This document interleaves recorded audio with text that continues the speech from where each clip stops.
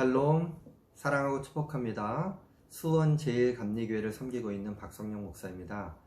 수원 8달지방 선교부에서 회복하는 교회 우리가 다시 모일 때 라고는 책을 리뷰하고 있습니다. 첫 번째 시간에는 감리사님께서 예배의 회복에 관련된 말씀을 함께 나눠주셨습니다. 저는 오늘 말씀의 회복이라고 하는 주제를 가지고 오늘 책에 나와 있는 내용에 충실해서 리뷰를 하려고 합니다. 저는 먼저 표지를 보면서 조금 인상 깊었던 대목이 좀 있었어요. 포스트 코로나 시대, 위기는 기회의 끝이 아니라 시작이며 미래가 결정되는 곳이다. 우리가 지금 위기 가운데 있다면 미래를 결정할 수 있는 기회. 그런데 그 기회를 붙잡는다면 우리들에게는 희망찬 미래가 다가오게 될 것이고, 이 기회를 그냥 놓쳐버리게 된다면 우리는 아마 끝없는 추락 가운데 나갈 수밖에 없을 것입니다. 그럼 또 뒤 표지에 보니까요, 이 저자가 정말 하고 싶었던 한마디가 좀 있었던 것 같아요. 위기의 상황은 교회의 본질로 돌아갈 수 있는 기회임이 분명하다. 이는 한국교회가 어떻게 대응하는가에 전적으로 달려있다. 우리가 어떻게 대응하느냐에 따라서 위기는 기회가 될 수 있다는 이야기. 좀 상투적인 이야기로 들리지만 그러함에도 불구하고 그냥 넉놓고 어떻게 하지 안절부절하는 것보다는 무언가 희망찬 미래를 맞이하기 위한 도전을 시작하는 것도 참 좋지 않겠습니까? 만일 우리가 코로나 이후의 대처에서 본질에 충성스러운 신앙 공동체로 회복될 수 없다면 우리는 하나님께서 주신 절호의 기회를 낭비한 불의한 종이 되고 말 것이다.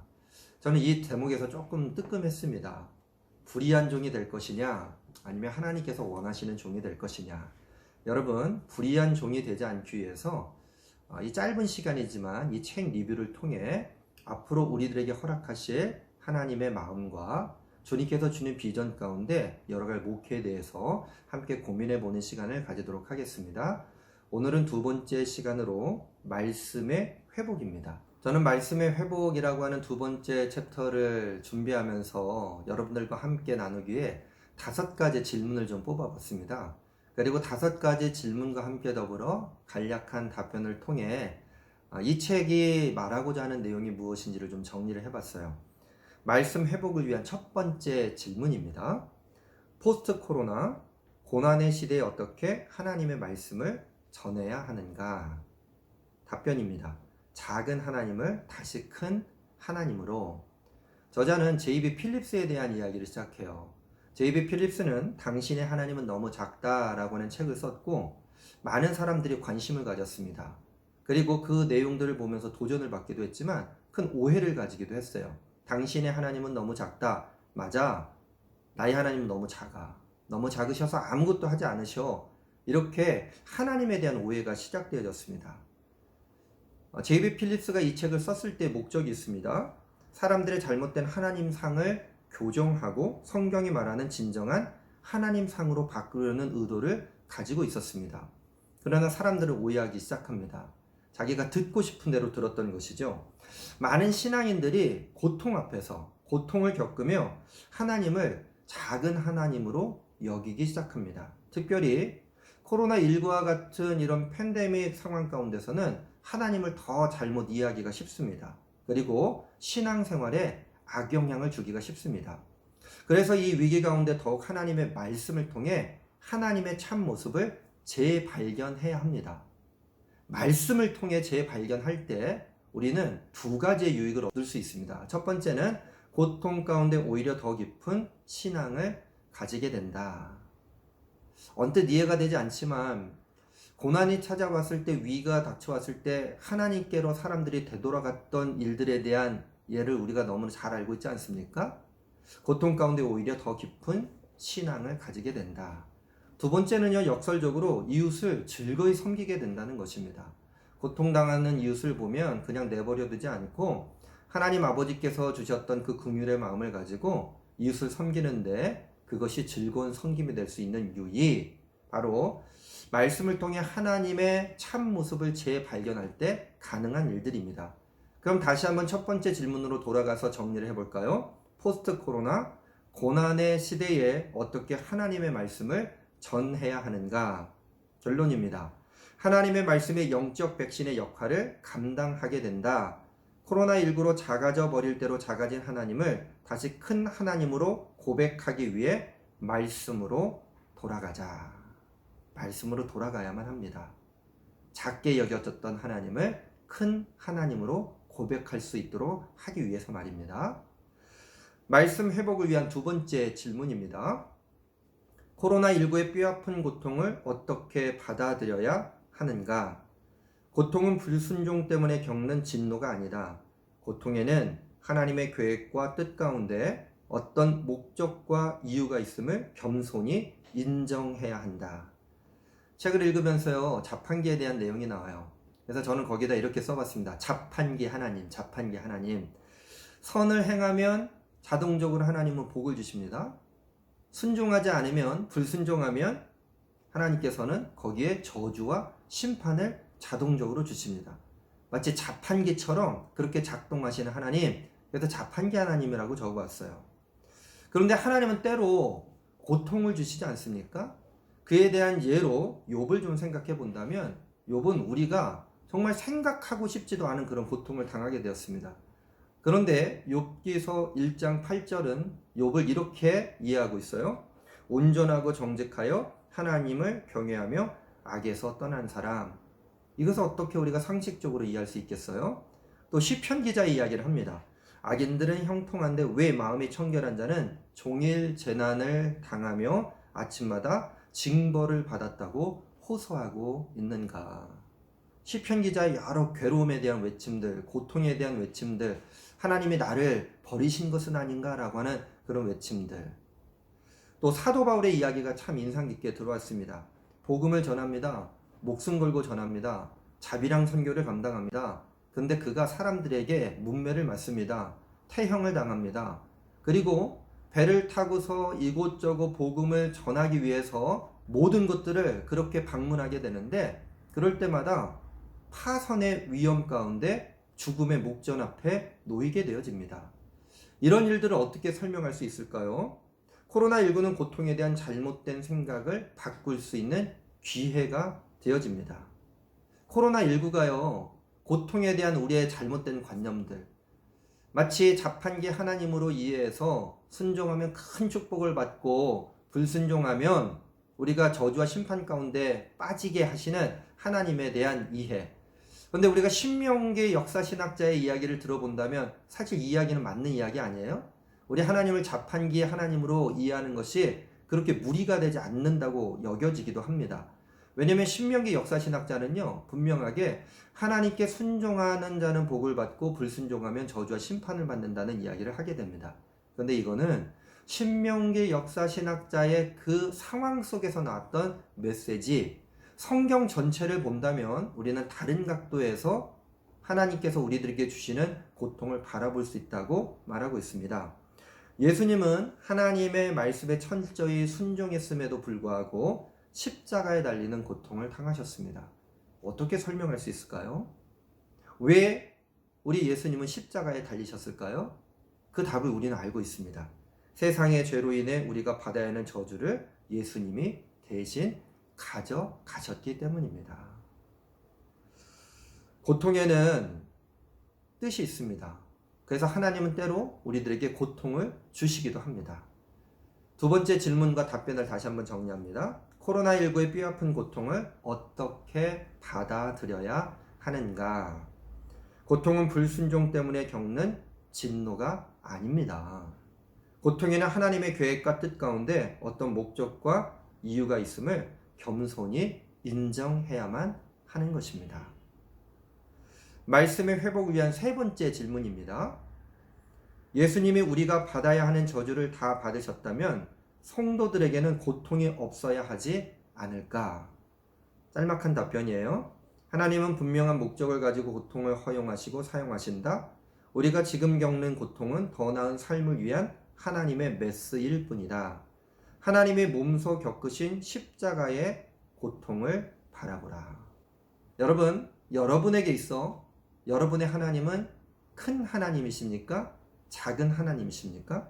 하나님은요, 크신 그리고 광대하신 분이십니다. 지금 당장 일어나는 고통은 우리가 눈으로 볼 때는 도저히 이해할 수가 없습니다. 그러나 결국 마지막을 본다면 결론적으로 합력하여 선을 이루었다고 하는 사실을 발견하게 됩니다. 그러면서 네 가지의 예를 들고 있습니다. 스탈린의 강제 이주입니다. 스탈린이 1930년도에 소수민족들을 강제 이주시켰단 말이죠. 까레이스키들, 우리 한국 사람들도 우즈베키스탄, 카자흐스탄에 강제 이주 당하게 되었습니다. 그런데 그 안에 이 강제 이주당한 까레이스키들을 통해서 복음이 들어가게 되었고, 그 지역은 원래 무슬림 지역이었는데 복음화되어지는 은혜를 누리게 되었습니다. 고통 이후에 누리게 될, 결론적으로 합력하여 선을 이룬 내용을 이 스탈린의 강제 이주에서 볼 수가 있습니다. 두 번째, 요셉을 생각해 보세요. 요셉 화려한 옷을 입고 아버지의 사랑을 독차지했지만 결국 미디안 광야로 끌려가 죽임을 당할 그 위기 가운데 놓여지게 됩니다. 그리고 애굽으로 끌려갑니다. 정말로 말할 수 없는 고통과 모함과 치욕 가운데 살아가지만 그가 마지막으로 총리 대신이 되어서 그 형제들이 애굽 땅에 왔을 때 이런 이야기를 하죠. 형들은 나를 죽이려 하였지만 하나님은 결국 이런 여러 가지 고통들을 통해서 많은 생명을 구하게 하셨습니다. 또 주 1세기의 예루살렘 교회의 기근을 좀 생각해 본다면 그 기근 가운데 복음이 전파되었던 마게도냐 사람들이 함께 고통에 동참하며 헌금해 주었던 일들을 우리는 알게 됩니다. 그리고 마지막으로 여러분, 우리가 길을 가다가 칼에 갑자기 찔리게 되는 일을 당하게 된다면 그 칼은요 마치 강도가 든 칼과 같습니다. 그런데 만약 그 칼이 나를 고쳐주기 위해서, 나를 수술하기 위해서 의사가 들고 있는 칼이라면 이야기는 완전히 달라집니다. 그 고통을 기꺼이 감당하게 될 것이고, 전신마취를 해서 깨어나지 못하는 한이 있더라도 우리는 그 수술방 안으로 담대히 들어가게 될 것입니다. 여러분, 생각해 본다면 예수님이 이런 고통을 당하지 않으셨을까요? 우리들을 위해서 십자가에 달리신 예수님을 기억하십시오. 다시 세 번째 질문으로 들어갑니다. 예수님이 우리가 받아야 하는 저주를 다 받으셨다면 성도들에게는 고통이 없어야 하지 않을까? 코로나19 때문에 각자가 겪는 고통의 의미를 끝까지 알 수 없을지 모른다. 하나님은 분명한 목적을 가지고 고통을 허용하시고 사용하신다. 우리가 지금 겪는 고통은 더 나은 삶을 위한 하나님의 메스일 뿐이다. 그렇다면 하나님이 몸소 겪으신 십자가의 고통을 바라보라. 말씀 회복을 위한 네 번째 질문입니다. 갑자기 찾아온 고통으로 인해 짓게 되는 죄의 문제를 어떻게 해결해야 되나? 죄를 합리화하는 자기 연민을 경계하라. 자기 연민은 도움이 되지 않는다. 오히려 우리가 우리 자신을 불쌍히 여기는 것보다 훨씬 더 우리를 불쌍히 여기시는 분께 자신을 맡기고 담대히 그분의 선하심을 믿어라. 고통을 겪으면요, 우리가 큰 아픔이 찾아오기 시작하고 죄를 짓기가 쉽습니다. 왜냐하면 자기 연민이 찾아오기 때문입니다. 자기 연민은 죄를 합리화합니다. 자기 연민은 끝도 없이 계속 불타는 죄성에 공급되는 연료와 같습니다. 아담과 하와에 대한 이야기를 좀 생각해 볼까요? 아담과 하와는요, 주님의 지으심을 받고 아름다운 동산을 선물로 받았습니다. 모든 것을 취할 수 있고 모든 것을 누릴 수 있었습니다. 근데 하나님께서 단 한 가지만 금지하셨죠. 동산 중앙에 있는 선악을 알게 하는 나무의 실과는 먹지 말아라. 너희들이 잘못될까 두렵다라고 하는 그런 마음을 가지고 금지 명령을 내리셨단 말이죠. 그런데 뱀이 찾아와서 유혹하기 시작합니다. 아담과 하와가 그 유혹에 빠집니다. 그러다가 그 죄성에 대해서 인정하지 못하고 하와가 자기 연민에 빠져 자기 합리화를 시작합니다. 하나님은 인색하신 하나님이야. 다 주신다고 하셨는데 왜 그것은 금지하셨어? 누구의 잘못이었습니까? 하와의 잘못이었음에도 불구하고 자기의 연민에 빠져 합리화에 빠지기 시작합니다. 두 번째, 우리를 괴롭히는 것을 좋아하시는 하나님이셔. 그래서 우리가 먹고 싶은 것을 못 먹게 됐을 때 당하는 고통을 보면서 즐거워하시는 하나님으로 추락시켜버리고 마는 것이죠. 자기 연민이 찾아오기 시작합니다. 또 자기 합리화하고 그 죄는 더 커져서 결국 동산에서 쫓겨나는 일이 벌어지게 됩니다. 코로나19를 겪는 성도들은 어떻습니까? 나는 정말로 잘 방역수칙을 지키고 사회적 거리 두기를 하고 백방으로 노력했는데 엘리베이터 탔는데 그 엘리베이터에서 감염이 됐단 말이죠. 그때 이런 질문이 떠오르지 않겠어요? 도대체 하나님은 뭐 하고 계시는 거지? 왜 하나님은 나를 버리시는 거지? 하나님은 아무것도 하지 않으시는 하나님 아니셔? 그러면서 이제 자기 연민이 찾아오고 나는 너무나 불쌍한 사람이야. 그리고 합리화가 시작되어지기 시작합니다. 하나님의 선하심을 의심하고 자기 연민에 빠져 결국 불순종을 정당화하기 시작하는 일이 벌어지게 될 것입니다. 여러분, 이런 자기 연민으로부터 벗어나오는 방법은 무엇일까요? 유일한 치료제는 성경에서 증언하고 있는 그리스도, 예수 그리스도를 믿고 나아가는 것입니다. 그리스도야말로 자기 연민의 지옥에 빠질 수 있는 최적의 상황이셨습니다. 그러나 하나님을 신뢰했습니다. 하나님의 선하심을 신뢰했습니다. 자기 연민을 거절하신 후 담대하게 십자가의 죽음을 맞이하셨습니다. 많은 사람들은 고통이 찾아올 때 자기 연민으로 합리하기 시작하는데 오히려 자기 연민을 거절하셨어요. 그리고 십자가에 담대히 오르셨습니다. 그리고 우리를 불쌍히 여겨주셨습니다. 여기에 정답이 있지 않습니까, 여러분? 다시 네 번째 질문입니다. 갑자기 찾아온 고통으로 인해 짓게 되는 죄의 문제를 어떻게 해결해야 하나? 예수님의 십자가로 죄를 합리화하는 자기 연민을 경계하라. 자기 연민은 도움이 되지 않는다. 오히려 우리가 우리 자신을 불쌍히 여기는 것보다 훨씬 더 우리를 불쌍히 여기시는 분께 자신을 맡기고 담대히 하나님의 선하심을 믿어라. 말씀 회복을 위한 다섯 번째 질문입니다. 코로나19 사태가 끝나고 다시 모일 때 고통이 나에게 무엇을 남겼는가? 답변이에요. 고통은 우리가 하나님을 어떻게 생각해 왔는지를 되돌아보게 한다. 코로나19 때문에 원망, 자기 연민에 빠져 하나님을 작게 여겼다면 지금 당장 하나님의 말씀을 가까이 가져와 펼쳐라. 그러면 고난을 당하기 전에는 보이지 않던 하나님을, 그 위대하고 아름다운 하나님을 찬란하게 만나게 될 것이다. 우리가 하나님을 향해서 불평과 불만과 원망과 악평이 가득하다면 내 안에 있는 하나님은 크신 하나님이실까요? 작은 하나님이실까요? 작은 하나님 아니시겠어요? 우리는 성경에 나와 있는 하나님을 보지 못하고 너무 작은 하나님과 살아가려고 세속적인 발걸음을 옮길 때가 있습니다. 그때 우린 존 파이퍼 목사님의 이야기에 대해서 귀 기울여 볼 필요가 있을 것 같습니다. 성경은 만원경과 같다는 것입니다. 성경은 만원경이다. 무슨 뜻입니까? 너무나도 멀리 계셔서 우리 눈에는 작게 보이는 하나님을 훨씬 더 크게 보이게 하여 압도적으로 크신 하나님을 경험케 한다. 놀라운 이야기 아니에요? 너무 멀리 계셔서 나와는 상관없고 그냥 나를 향해서 구경만 하시는 듯한 하나님, 성경이라고 하는 만원경을 들어서 하나님을 바라보면 그 하나님의 위대함과 그리고 크심을, 그리고 나와 함께 하심을 바라볼 수 있다고 하는 이 외침. 반면에 또 현민학에 대한 이야기를 하고 있는데요. TV나 세속문화에 빠지는 것은 일종의 현미경과 같다. TV는 우리를 그다지 행복하게 해주지 못하는 것을 크게 보이게 한다. 너무나 크게 보이게 한다는 거죠. 세속적인 것을. 꼭 사지 않으면 불행해질 것 같은 홈쇼핑의 옷도 입어보면 별것 없다. 그렇잖아요. 뭐 명품, 죄송합니다. 시장에서 산 뭐 얼마 안 되는 값을 치른 옷, 거기서 거기일 때가 있지 않습니까? 여러분, TV나 세속문화에 빠지는 것 일종의 현미경과 같습니다. 현미경으로 우리의 죄를 본다면 어떻게 우리의 죄를 셈할 수가 있겠습니까? 우리가 성경을 멀리하고 세상을 더 가까이 할수록 우리의 하나님은 더욱더 작아지실 것입니다. 그러나 하나님의 말씀의 렌즈로 세상을 보고 이야기 시작한다면 우리는 큰 하나님을 경험하게 될 것입니다.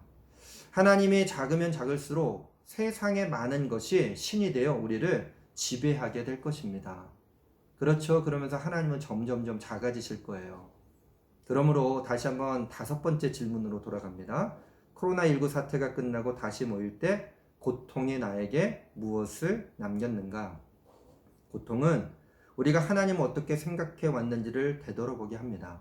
코로나19 때문에 원망, 자기 연민에 빠져 하나님을 작게 여겼다면 지금 당장 하나님의 말씀을 가까이 가져와 펼쳐 읽어야 합니다. 그러면 고난을 당하기 전에는 보이지 않던 하나님을, 그 위대하고 아름다운 하나님을 찬란하게 만나게 될 것입니다. 여러분, 위기는 기회입니다. 그리고 본질로 돌아갈 수 있는 하나님의 은혜가 우리들에게 이 코로나19를 통해서 전달되어졌다면 넉넉고 안전부절하면서 아무런 대책도 없이 이 시간들을 그냥 쓸데없는 시간, 크로노스의 시간으로 버리지 마시고 하나님의 시간, 카이로스의 시간으로 붙잡을 줄로 믿습니다. 시편 119편 67절의 말씀은 이렇게 저희들에게 말씀을 선언해주고 있어요. 고난당하기 전에는 내가 그릇 행하였더니 이제는 주의 말씀을 지키나이다. 말씀의 회복, 작은 하나님을 다시 큰 하나님으로, 말씀의 회복이라고 했지만 말씀을 통한 회복이라고 해도 좋을 것 같아요.